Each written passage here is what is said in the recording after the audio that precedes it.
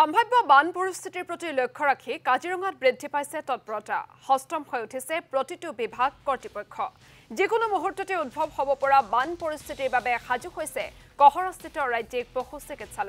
চিকিৎসালয়খনে মুকলি কৰিছে helpline number আৰু সাজু ৰাখিছে বিশেষ বাহন বিপদত পৰা বন্যপ্ৰাণী দেখিলেই 1962 নম্বৰত ফোন কৰিলে আৰ্ত জীৱকুলৰ ওচৰত থিয় হ'ব পশুধন সাৰথী কাজিৰঙা ৰাষ্ট্ৰীয় উদ্যানৰ পশু চিকিৎসক FBO বিশ্বজিৎ বৰুৱাই আশা কৰিছে ৰাইজৰ সহযোগিতা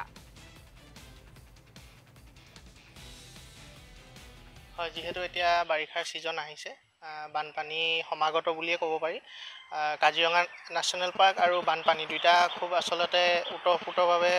সম্পৰ্ক আছে প্ৰত্যেক বছৰে হয় এটা স্বাভাৱিক পৰিঘটনা তো